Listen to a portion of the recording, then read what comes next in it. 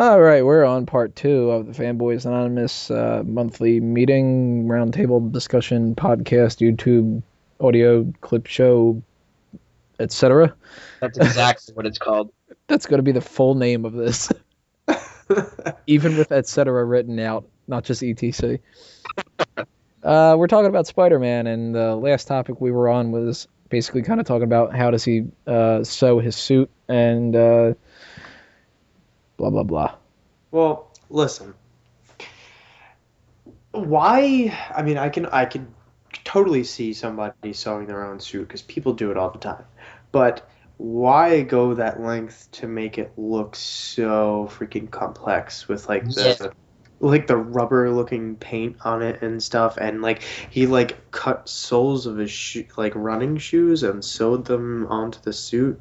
I mean, it makes sense and all. That makes sense, but like the rest of it, the whole design, the complex design makes no fucking sense to me. Right. Especially when you see what actual real life superhero people dress like. Right. Like the Phoenix Jones and the fucking, oh my god, what the hell's that one guy's name? That one ridiculous guy. The guy that drives around in the van drinking beer. No, that guy's hilarious. But it was the same guy, same documentary. It's the guy who. With the car? The guy with the car? No, wait, is that the guy all dressed up in red? Yeah. And He basically just goes, "This is my car," and that's it. Yeah. It's the other guy, the guy who wears the helmet and boxes the thing in his house and gets all out of breath. Oh my god, when he just like grabs the fucking mannequin's face and he's just like Oh my god, if nobody's seen the superheroes documentary, it's so motherfucking funny. You have to watch it.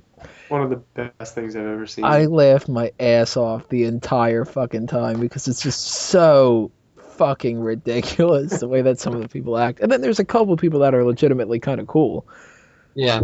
But oh my god, I can't think of the fucking guy's name. I'm trying to look it up here and I can't find it. I like how none of them are actually like vigilantes. They're like community service, neighborhood watch. Right. Because vigilante is like, really illegal. Well, yeah. Well, but, also the fact that these guys are fucking pussies. yeah. Hey, Phoenix Jones is not a pussy.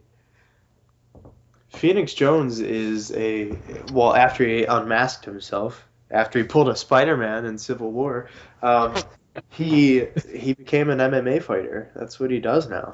Serious. Yeah, dude, he's badass. He's really badass. Mr. Extreme is the guy's name. Yes. Oh my god, he's so extreme. He wears those like bug goggles. Oh my god, he's the funniest motherfucker. Anyway, yeah. So yeah, if Peter was like a real life superhero kind of a person, he would just. I mean, obviously he wouldn't have the powers too, but he would just have like kind of like what Kick-Ass is. Yeah, and especially since he's like so like ready and psyched to go find his uncle's killer. Like, why would he take it looks like it would have taken like a month to make that goddamn costume. Oh yeah. I mean, he did go out on the streets in just plain clothes, but then when he fell through the roof and saw the mask on the wall and everything. Rey That Mysterio. was bullshit. That was complete and utter bullshit. But it was a nod at his wrestling days. Yeah, but they needed to they should have just had the wrestling thing in there. Listen, talking about like how they wasted so much time doing the intro, the origin story, and you're talking about adding another part into it, like They could have at least paid homage to it properly, had him watch it on TV or something like that, falling into a fucking wrestling ring and just sitting there going, "Oh look, there's a mask." I think that was enough. Maybe I feel the costume. It made me think, yeah, I see what they did there. Like, Yeah, I gotta side with Nick on that one. Like, it was a good nod, and it didn't inspire the whole costume, but it did give him the idea that he needs to wear a mask. Yeah. And then he puts on a mask, and he still has his clothes on, but he's out on the streets with a mask on. I'm 50-50 on it. I see the point of the mask thing like that, but at the same time, it was just a little too rushed for me. I kind of agree with Mike about why couldn't he just be watching it on TV and just kind of go, oh, look at that, like Rey Mysterio's got a mask. I wonder if watching like AAA or something with luchas flying around all the place, all he needs is a glimpse of it. Right? He could be looking at that stuff. In the moment, though. Like, he was actually running from people who actually said they saw his face. Yeah, I was just about to say that. That's another point. Yeah, but no offense, you're going outside with these fucking crazy superpowers. You're not going to run outside with your face showing, are you? When he originally got his powers in the comic books, he was wearing a hoodie. He was wearing a mask. He didn't come out with his face showing. That was that's more to do with the writing and the direction of the story in terms of the film. It was stupid because he revealed himself to the world near enough, and then he was like, actually, you know what? That's kind of a bad idea. I'm going to put a mask on. Listen, if I didn't live in a world where there were masked superheroes in like comic books and stuff, and that idea never like arose, like to me, I wouldn't. I was like enraged and wanted to find my uncle's killer. I'd be out on the streets in street clothes, fucking everybody up without a mask on. I would actually have a mask on because I would sit there and think to myself, if people recognize me, they're going to recognize my family, right? Because the one thing that people are going to do is they're not going to come look for you.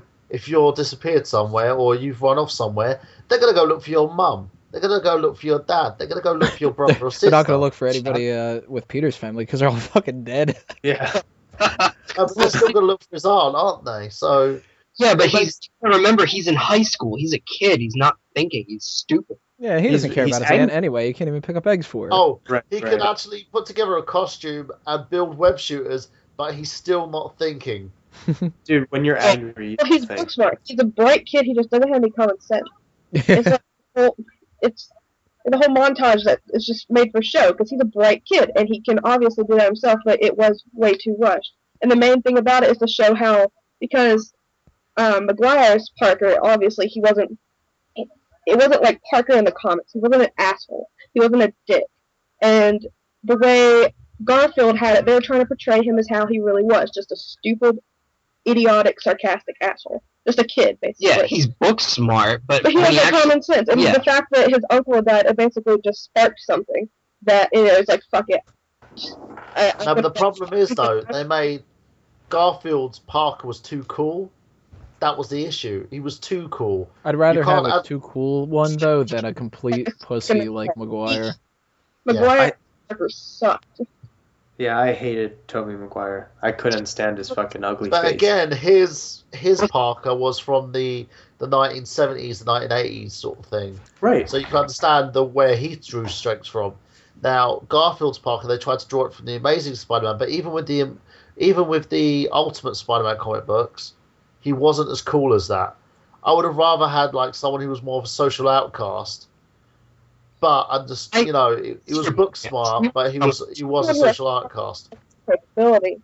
They're obviously going to try to take advantage. They're going to show up like, oh, look at me, I can do whatever the fuck I want because I can do this. Even before his powers, he was still a dick. He was that guy that's like, ooh, that's Peter Parker. He's a loner, that sort of thing. Right. No, but it wasn't. It was like, for instance, he was going around taking photos and stalking his girlfriend. Then you had Flash Thompson going, oh, look, Parker. Look what I'm doing. I'm harassing this kid. He's like, oh, Flash, leave him alone, leave him alone. And then he starts pounding on Parker. And you sit there and think, well, Peter Parker wouldn't do that. Peter Parker would probably sit there and go, oh, God, this is what happens. Or get shoved in a locker. You know what I mean? Yeah. The way to do it. There wouldn't have been confrontational like Garfield. Yeah. But you have to think, though, this is an updated version of Spider-Man. Yeah, but he still wouldn't be. I know. The fact is, right, you're getting bullied at school. The whole thing about bullying is empowerment. The bullies want power over you, right? So in that terms, you're not going to stand up for yourself or stand up for the next guy. You're just hoping that you just get through the day without getting beaten or your lunch money stolen. Or your skateboard taken away. Yeah, or you're given a wedgie or a swirly. Well, we're talking a lot about the Spider-Man movie itself, but what about Spider-Man in the comics? Now, are you guys like me where, I mean, this is kind of one of those things I am when it comes to weird with comics. I don't necessarily read comics. Like, I don't go pick up an issue, read it, and then it's like, oh, okay, well, I'm following through with this and that and that. Because the main thing that I can't fucking stand when it comes to comics is I don't want to read 400 fucking different series just to know what the hell's going on.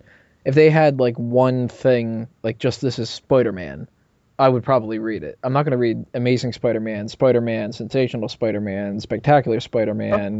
Sensational, Spectacular, and all that have been discontinued. But it's all like, had Avenging, and then, now they've got Superior, and Avenging is its own book, so it has nothing to do with Superior. Yeah, but I mean, Superior like, has nothing to if do it with was Avenging. just like, here's That's got Batman, and easy. here's Superman, and here's whatever, like, but when it comes to the comics, like, to me, I both like and dislike when they start aging characters and changing things, and I don't like the idea.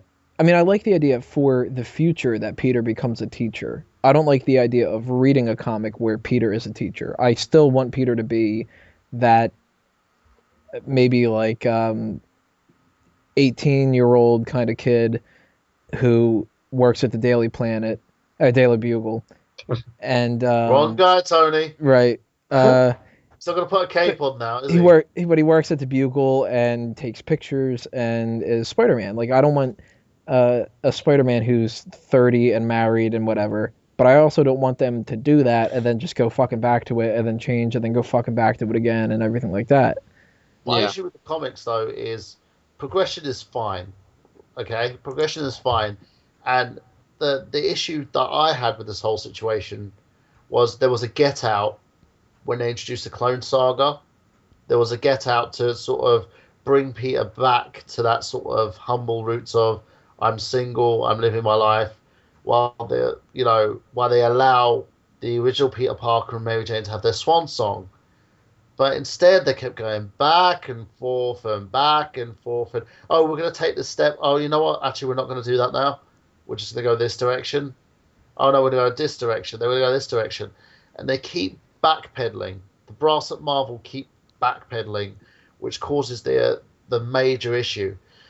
Now, if you guys, anybody out there who's listening to this, I'd advise you to check out a website called lifeofriley.com. It talks about the Clone Saga in depth.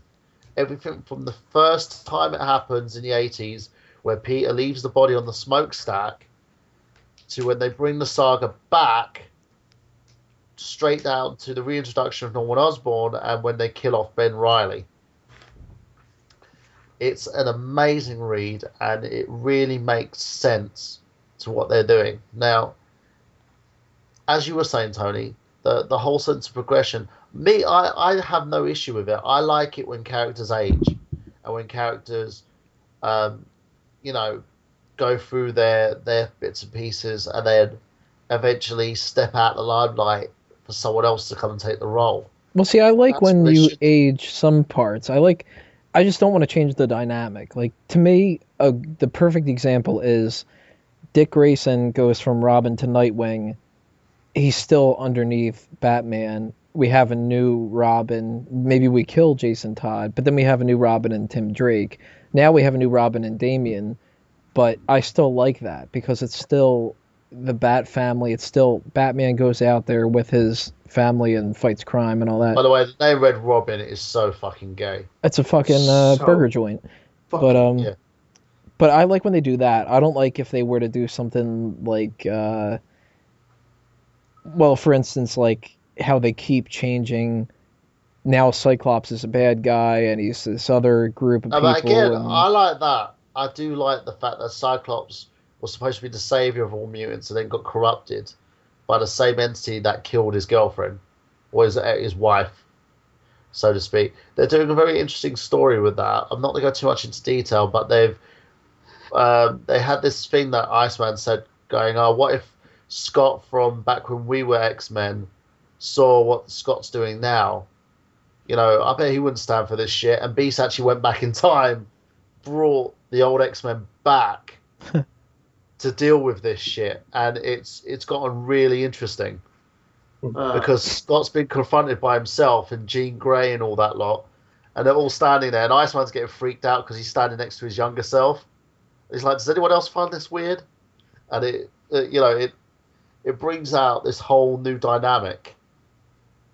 Because it makes you think, what if these characters interact with each other? And it brings out a whole new story to it. But that's a thing though that I'm really not enjoying about Marvel is that there are all these different time leaps and cross-dimensional leaps and and also characters crossing over into other characters' storylines and everything, becoming very confusing and outlandish and hard to follow, really. Yeah, the thing that I have a problem with, I don't have a problem with when you bring in new people to take up the old mantles to keep the character alive. What bothers me, and I think what bothers some people, is that these characters, I mean, Batman's been around since the 30s. You've had Spider-Man since the 60s. It's been Batman is Bruce Wayne, Spider-Man is Peter Parker. Once you start bringing in new people at this stage where they've been the same person so long, then the next generation, like our grandkids, are going to be like, oh yeah, grandpa, like Spider-Man, his name is Richard, and you're like, no, it's Peter. And he's like, no, it's Richard. And like it's gotten so old now that like, will the fan base accept that Batman isn't always going to be Bruce Wayne, or that you might have like somebody take up like Green Lantern's in a case where the person's always changing. And Flash is another case where the person is always changing. Well, they've brought it back to Barry Allen now, so Barry Allen's now the Flash and Hal Jordan's now the Green Lantern and stuff. But I do understand where you're getting at. But I accepted it when Dick Grayson took over the mantle as Batman. I had no issue with that. I had no qualms with it whatsoever. I felt Bruce Wayne. Why? But, you know, we're getting into Batman and all that kind of stuff instead of straight into Spider-Man. Essentially, well, before we take another break here, my position when it comes to Spider-Man, my Spider-Man is not Miguel O'Hara or Miles Morales or Ben Reilly or anything. My Spider-Man's Peter Parker. It'll always be Peter Parker. If you do a future storyline where maybe like he has, like they had that one where it was his daughter or something like that, as long as it's like an Elseworlds what if kind of a thing, then I'm fine with playing around with it. But I'm never going to want to watch a Batman Beyond movie where Joseph Gordon-Levitt is Batman and he's John Blake or like some kind of thing like that when it comes to anything really. Spider-Man, Superman, Batman, any of that. Yeah. We're going to take another little break here and continue where we left off.